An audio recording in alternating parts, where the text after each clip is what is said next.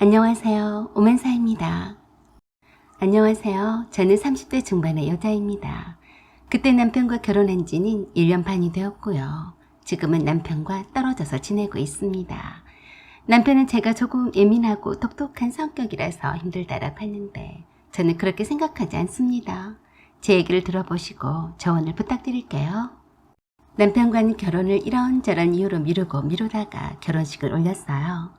시댁은 저희 신혼집에서 3시간 거리에 떨어져 있는 지방 쪽이에요. 시부모님과 남편의 여동생인 신우이가 함께 살고 있었어요. 시부모님은 함께 작은 가게를 운영해 오시고 계셨고 신우이는 고급 공무원이었어요. 코로나 시국이라서 신혼여행을 한참 뒤로 미뤘어요. 결혼 전에 남편과 저는 신혼여행은 꼭 스위스로 가기로 의견 일치를 봤었거든요. 그래서 결혼 전부터 결혼 준비와 더불어 신혼여행 준비를 해왔습니다. 결혼식 때 이미 양가 친척 어른들께 신혼여행 경비로 쓰라며 따로 돈도 받았습니다. 그 돈을 고스란히 남편과 스위스 여행을 고대하며 모아두었어요. 저는 그동안 재택근무를 해오면서 스위스로 신혼여행을 갈 날만을 즐거운 마음으로 기다리며 아끼고 또 아끼며 알뜰하게 작은 돈이라도 모아서 여행 경비로 쓰려고 매달 조금씩 모아두고 있었어요. 스위스 물가도 비싼 데다가 한번 오랜 시간을 거쳐서 비싼 비행기를 타고 가는데 주변국들도 둘러보고 오고 싶어서 여행 경비를 충분히 모아두고 있었어요. 제가 신혼여행이 아니면 언제 이렇게 여행당 여행을 다녀보겠냐 싶어서 이왕 욕심을 부려서 프랑스나 이탈리아나 독일도 여행을 다녀오려고 했습니다. 그래서 틈만 나면 유튜브나 남이 미리 다녀온 블로그 등을 보면서 숙소와 여행 일정 등을 다 세워두었어요. 코로나 시국이라서 재택근무만 해도 견딜만 했어요.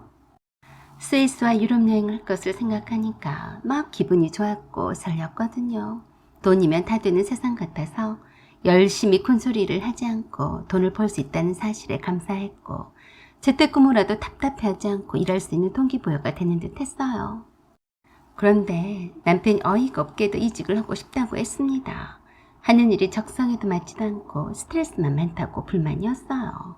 그즈음에 남편의 친구들 사이에서는 직장을 자꾸 바꾸는 게 전염병처럼 돌고 돌았습니다.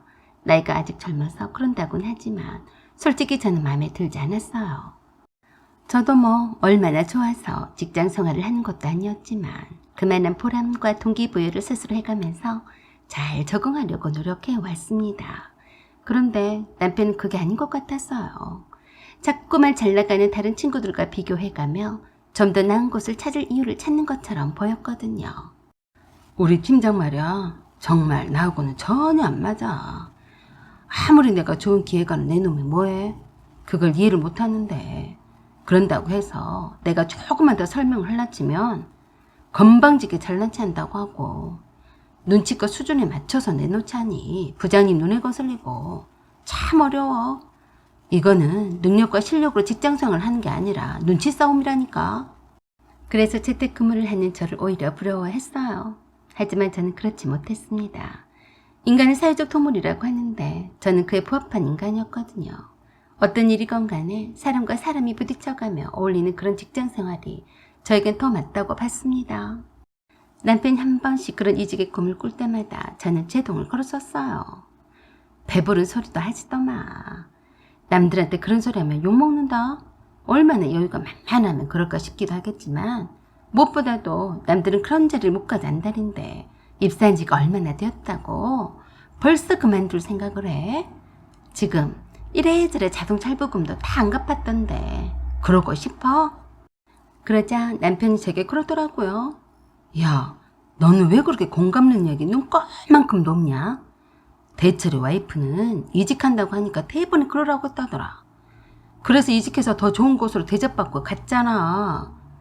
그럼 너는 지금 다니는 회사보다 더 좋은 곳으로 스카우트 제의라도 받았어? 왜 혼자서 난리야? 그래도 그러는 거 아니다. 너는 내가 월급만 꼬박꼬박 갖다 주면 그만이겠지만 처음부터 발을 잘못 들여놓으면 인생이 쫑 나는 거야.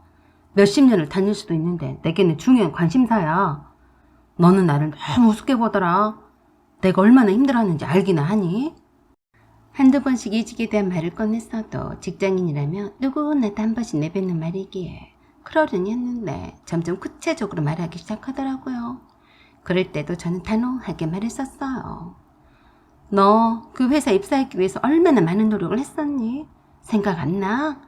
처음 적응 기간이 힘든 거지. 지나고 나면 다 괜찮아지는 법이야. 나도 그랬어. 바보야. 그런 피상적이고 일반적인 말만 하지 말고 내 말을 들어봐. 내가 괜시리 그러겠어. 이 회사가 겉보기만 좋은 거지. 안에 들어와서 보니까 완전히 빛 좋은 개살구야. 비전이 없겠더라고. 선배들 말을 들어보니까 왜 왔냐고 하더라. 호구되기 십상이라며 더 늦기 전에 그만두지 못한 걸 후회한다더라. 남편의 논리는 그런 거였어요.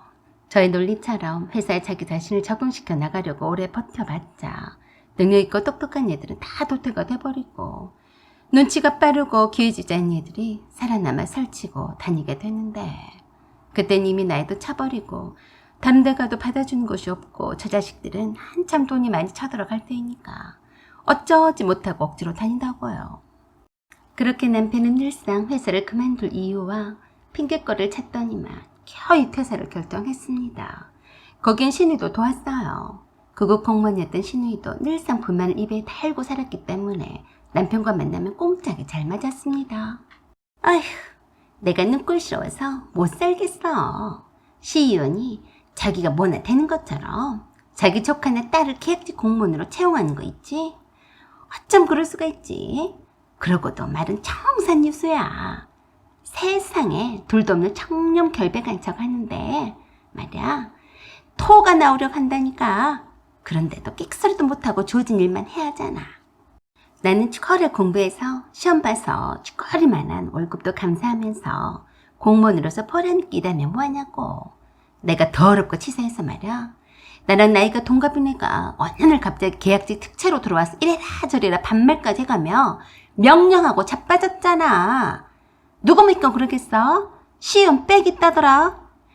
그 시의원이 무슨 위원장이라고 하더라고.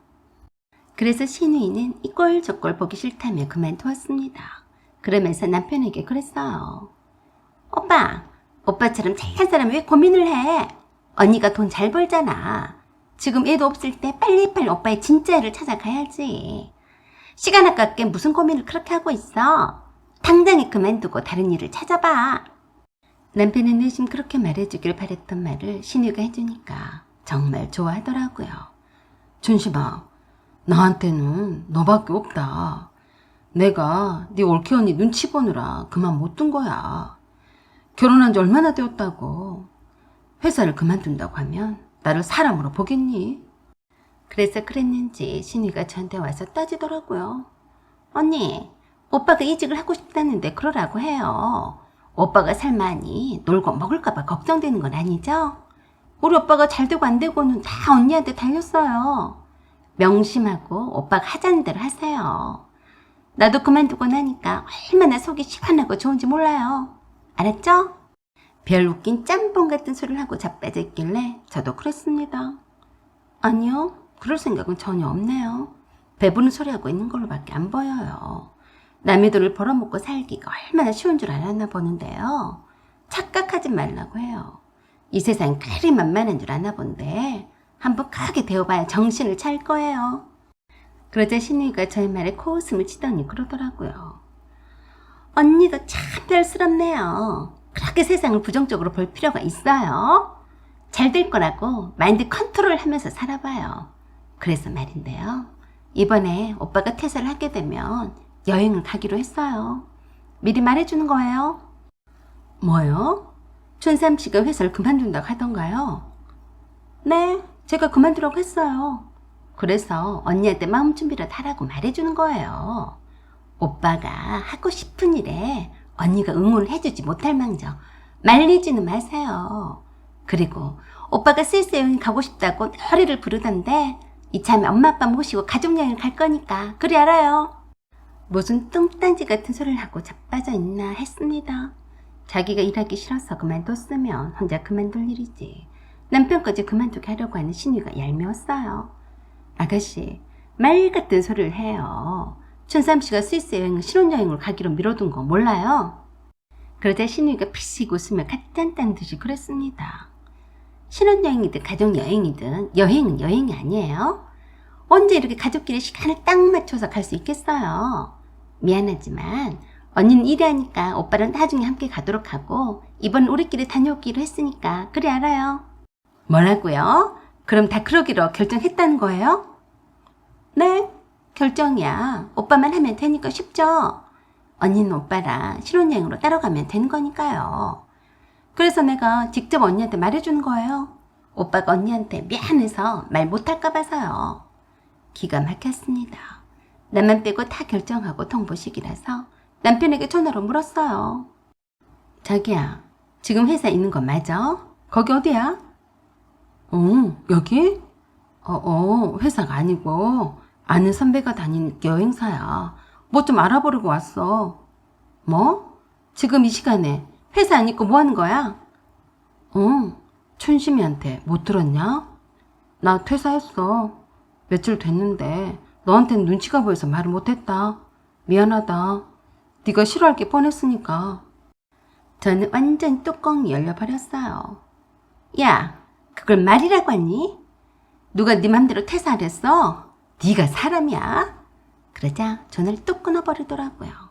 그 얄미운 신우가 하는 말이 다 사실이었다니 믿기지 않았습니다. 완전히 저를 기만한 처사였어요. 저는 그때처럼 남편에게 화가 난 적이 없었어요. 전화를 받지 않는 남편이 집에 들어오면 가만두나 보라며 으르렁 대고 있었어요. 한참 그러고 있는데 시어머니한테서 전화가 왔습니다. 아가, 밥은 먹었냐? 네, 어머니, 웬일이세요? 저기 춘삼이 말은 내가 대충 들었다. 너한테 이직하는 거 여러 번 말했는데 네가 반대해서 그냥 질러버렸다고 하더라. 어머니도 알고 계셨어요? 그래, 너를 무시해서가 아니라더라. 호주 그만두고 싶었으면 그랬겠냐. 나도 그 말 듣고 얼마나 야단친 줄 아니? 이왕 이렇게 된 거 그냥 받아줘라. 어머니도 그래도 이건 아니죠. 어떻게 일방적으로 그만두고 나 몰라라 해요? 이직이 쉬운 줄 아세요? 그랬더니 시어머니 말투가 싹 변하더니 그러셨습니다. 우리 춘삼이가 생각 없이 그럴 애가 아니다. 내가 그렇게 야단을 쳤는데 너까지 그러면 못 쓴다. 알겠냐? 남자는 자고로 여자가 길을 살려줘야 밖에 나가서 길을 펴고 사는 법이야. 그러니까 내 말대로 이런 애 저런 애 말하지 마라. 알겠니? 어머니 죄송해요. 저는 그렇게 속이 넓은 여자가 못 되네요.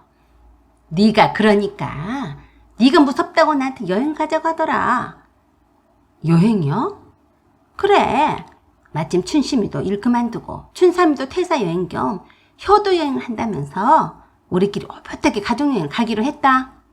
네? 그게 무슨 말씀이세요? 저도 모르는 여행 가신다니요.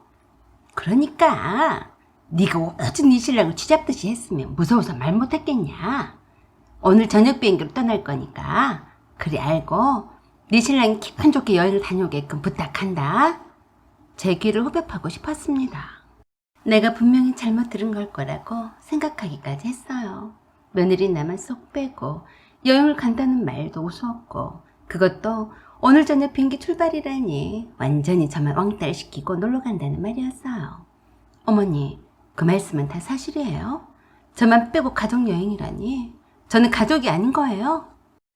누가 너보고 가족이 아니라고 했냐? 너도 우리 가족이 되려면 네 신랑한테 좀 더 순하게 굴어봐라. 애가 결혼을 하더니 눈치만 늘었지 뭐냐.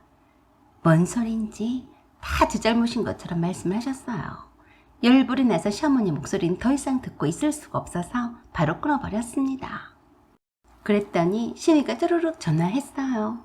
역시나 받지 않았더니 톡으로 그랬어요. 언니, 기분 좋게 여행 다녀오게. 언니가 마음 좀 넓게 쓰면 안 되는 거예요? 우리 엄마가 무슨 죄예요? 모처럼 가족여행인데 언니는 어쩔 수 없이 일 때문에 빠지는 거잖아요. 조금 있다가 엄마한테 잘못했다고 하고 잘 다녀오라고 전화주세요. 남편의 서재로 달려가 보니 신혼여행 때 쓰려고 사두었던 캐리어 큰 가방에 이미 짐을 다 싸두었더라고요. 그걸 제가 눈치를 못 채게 하려고 옷걸이 뒤쪽에 숨겨놓은 걸 확인했습니다. 배신감이 엄청 밀려왔습니다. 그래도 제주도나 가나보다 했어요. 퇴사를 했으니 바람이라도 쏘이고 싶었나 했습니다. 그런데 그게 아니었어요. 제가 눈 빠지게 기다리던 남편이 집에 들어와서 하는 말에 놀랐어요. 너 일주일 동안 스위스에 다녀올 거야. 내가 먼저 가서 여행을 해보고 자기랑 다시 그쪽으로 신혼여행을 가자. 괜찮지? 괜찮기는 뭐가 괜찮아. 저도 모르게 남편 태극박을 날려버렸어요. 남편은 꼴깍지 않게 죽는 소리를 하면서 떼굴떼굴 구는 신용을 하길래 제가 다 열불이 났습니다. 야, 너 빨리 안 일어나? 누가 보면 내가 진짜로 너 한 방 먹인 줄 알겠다. 이게 어디서 엄살까지 다 펴? 네가 그러고도 남자냐? 나 몰래 속여서 퇴사하고 그동안 스위스로 놀러갈 생각까지 했어? 그랬더니 남편 이판사판이라며 이왕 이렇게 된 거 스위스로 가족여행을 잘 다녀오겠다며 도망을 치듯이 캐리어를 끌고 집을 나갔습니다. 멍청한 것이 캐리어가 비어있는 것도 모르고 끌고 나가길래 속으로 어디 잘 까나 봐라 했네요. 역시나 한참이나 후에 집에 다시 와서 그러더라고요. 캐리어 가방에 있는 짐들은 네가 다 뺀 거야? 네가 뭔데 나한테 말도 없이 뺐어? 너는 네가 뭔데 내 캐리어 가방에 말도 없이 짐을 싸놨냐? 그거 결혼 전에 신혼여행 가서 쓰려고 내가 산 거야, 이 멍충아. 빨리 줘. 오늘 저녁 비행기란 말이야. 시간 없어. 미쳤냐? 나도 써야 하는데 너한테 주겠니? 장난하지 말고 빨리 주란 말이야. 나 급해. 그건 네 사정이고 내가 분명히 경고하는데 너는 이제 나랑 끝이야. 가족여행? 좋아하시네. 나는 네 가족이 아니라서 나만 빼고 가족여행 가시겠다? 그것도 신혼여행지로 철석같이 약속해놓은 곳에 말이지. 우리 이혼의 책임은 너한테 있는 거다. 알았어? 그러자 정색을 하며 그랬어요. 이혼? 결혼한 지 얼마나 되었다고 벌써 이혼 말이야. 내가 우리 부모님 모시고 효도여행 겸 다녀오겠다는데 그게 그렇게 이해가 안 되냐? 참 자신이 뭘 잘못했는지조차 몰랐어요. 긴 말이 필요 없었습니다. 여행 잘 다녀와라. 갔다 와서 이혼 서류에 도장 잘 찍자. 네가 그러면 내가 어떻게 맘 편히 다녀와? 꼭 이렇게 해야겠냐? 네가 맘 편히 다녀오건 말건 알아서 해라. 언제 내 허락받고 여행 결정했니? 얼른 짐 챙겨서 가기나 해라. 라며 저는 방으로 들어가 버렸어요. 그랬더니 마침 커다란 비닐용 백에 남편이 짐들을 다시 열심히 싸서 급히 나갔어요. 딱 봐도 퇴직금으로 여행 경비를 충당한 것 같은데 이제 찢어지는 마당에 제가 돈 아낄 일 있나요? 저도 쓸 거 다 쓰기로 했습니다. 그동안 돈 관리는 제가 다 했기 때문에 남편 카드 3개를 제가 다 갖고 있었어요. 스트레스를 받았을 때는 쇼핑이 최고였어요. 그동안 아끼고 사느라 백화점 쇼핑은 한 번도 하지 않았었는데 실컷 남편 카드로 제 물건을 사면서 긁어댔어요. 남편과 이혼을 결심하다 보니 그동안 저를 결혼시키느라 고생하신 부모님께 죄송했습니다. 그래서 부모님께서 방한복으로 입으실 방송 자켓과 편한 신발을 샀습니다. 저도 명품 선글라스와 필요한 물품들을 아끼지 않고 사챙겼어요. 배가 꽤나 아프겠다. 내가 네 카드로 한도만큼 다 사버렸으니 말이다. 그리고 회사에 전화해서 그랬습니다. 저 신혼여행 기간에는 휴가를 주신다고 했죠? 그 휴가를 쓰겠어요. 코로나가 아직 종식이 되지 않아서 절차가 복잡하긴 했어도 비용만 좀 더 들 뿐이었고 오히려 많은 사람들이 부적이지 않아서 좋았어요. 부모님을 모시고 다니는 자유여행이었지만 융프라 VIP 패스권을 사서 이용했더니 편리했어요. 무슨 돈으로 했냐고요? 남편과 신혼여행을 갈 때 쓰려고 모아두었던 돈을 탈탈 털었어요. 유럽 여행까지 예상해서 돈을 모으기를 참 잘했더라고요.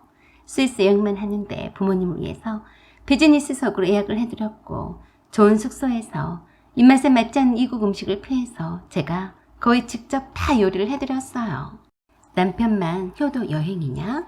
나도 효도 여행이란 걸 할 줄 안다고 시작한 여행이었지만 부모님이 좋아하셔서 참 뜻깊었습니다. 돌아오는 길에 남편과 이혼 말을 꺼내서 죄송했지만 제 선택을 이해해 주셨어요. 넉넉한 신혼여행 경비 덕분에 유럽 여행까지 보름 이상을 잘 보내다가 돌아왔습니다. 미리 와서 기다리고 있던 남편이 노발대발이었어요. 왜 나한테 말도 없이 내 카드로 다 써버렸어? 그리고 이게 뭐야? 장장 20일 넘게 유럽 여행까지 하고 와? 돈이 어디서 난 거야? 내가 돈 관리를 하고 있는데 내가 네 카드 좀 쓴 게 어쩐다고 그러니? 그리고 신혼여행 경비로 모아두었던 돈으로 나도 엄마 아빠 모시고 잘 다녀왔다. 너도 네 맘대로 나만 빼고 다녀왔잖아.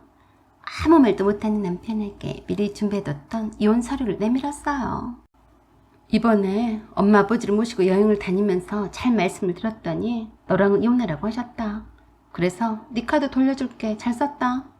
남편 한동안 이혼하지 않겠다며 버텼지만 이혼 소송을 하겠다고 했던 이혼 서류에 도장을 찍었어요. 버텨봤자 득실이 없었던 거죠. 내가 네 카드를 썼던 금액은 위자료라 생각해라. 네 엄마한테나 네 동생한테 청구하지 않은 것만 해도 다행인 줄 알아. 이혼했다는 소식이 널린 시어머니와 시누이가 저에게 전화해서 난리였어요. 신혼여행보다 먼저 앞서서 효도 여행 겸 가족여행 다녀왔다고 이혼하자고 한 여자는 세상에 너 하나뿐일 게다. 내가 너를 다시 보게 되면 가만두나 봐라. 시누이도 그랬습니다. 내가 처음부터 오빠가 언니랑 결혼한다 할 때부터 알아봤어. 생긴 거는 꼭 백녀시 같이 생겼는데 머리 쓰는 거 꼭 곰탱이 같아서 만만한 줄 알았더니 알고 봤더니 백녀시가 아니라 불녀시였어. 감히 오빠 카드로 다 쓰고 거지로 만들어놔? 나한테 죽고 싶었냐? 저는 그저 아무 말도 하지 않고 그대로 녹음해서 그 근거로 위자료 청구 소송을 해버렸습니다. 끝까지 위자료를 깍깍 받아냈어요. 그들은 조용해졌습니다. 그리고 제가 조용히 시누이 귀 쪽에다 대고 속삭여줬어요. 너도 똑같이 당해봐라. 그래야 내 심정을 알지 않겠니? 위자료 잘 쓰마. 사연은 여기까지입니다. 구독과 좋아요 부탁드려요. 감사합니다.